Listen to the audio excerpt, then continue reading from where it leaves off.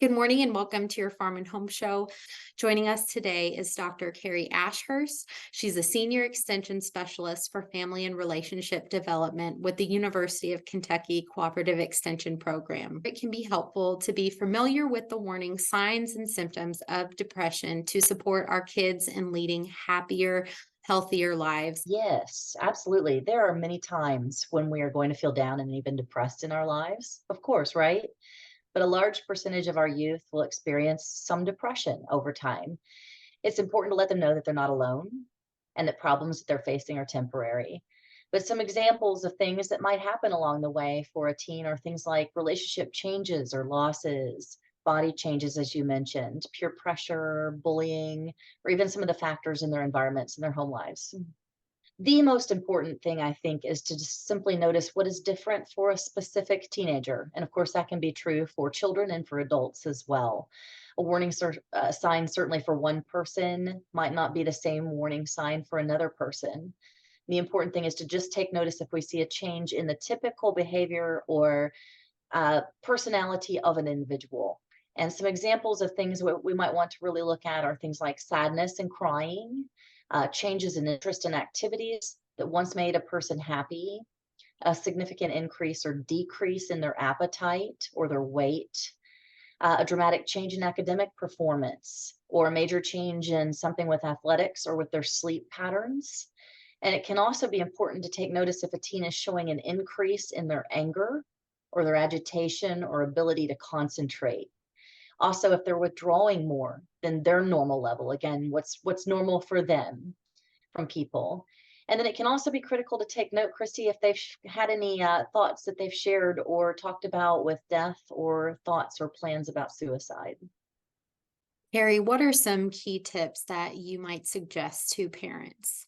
Good question. Keeping communication open and honest, I think, is the single most important thing. Some of these things are hard to talk about, but letting your teen know that they can talk to you about anything can really be the most important piece of all.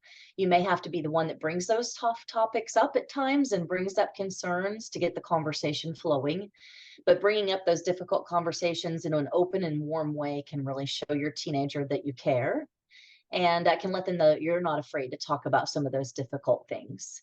And telling them about your own experiences and fears from when you were young can really help to normalize some of that as well. And it can help them realize that they're not alone and that their fears are not unique. You can even help them connect with others who've had similar experiences. And we often think of social media as being a negative thing, but it can really serve in a positive way with some of this when it helps to connect teens to supports and resources. And a second thing that I would think about, Kristi, with that answer about tips for parents and caregivers is to remember that mental health issues or concerns can be treated, that there's always a silver lining, if you will. There's always hope for recovery, that nothing is forever.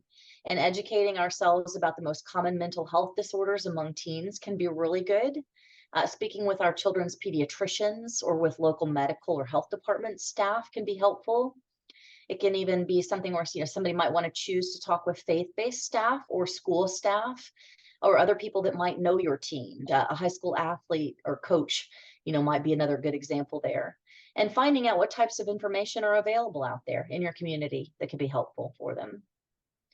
And then really, I guess the last thing I would think about when it comes to tips for parents and caregivers is just, again, what we said before, paying close attention to your own teen's behavior. The teen years are certainly a time of big change, but a marked change in what's typical for that individual teen can really be the biggest warning sign to look for. Those dramatic changes in their behavior or their mood can be the most significant warning signs of something moderate or serious. And what can we do if a youth shares that they feel they are in crisis or even thinking of suicide? Hmm. Two resources actually I think might be really good to share, and of course just one in the more general way of helping them to get to resources and supports as we mentioned. But there's a crisis text line that can be a fantastic resource to start with. You simply text the word home, HOME, to the number 741-741. And then there's also a new resource that's now up and running here in Kentucky that's the number 988. and it's the Kentucky Suicide, Mental Health, and Substance Abuse Lifeline. And so again, there you can call or text the number 988 and connect with somebody 24 hours a day. Thank you for joining us today on the Farm and Home Show, and we'll see you next time.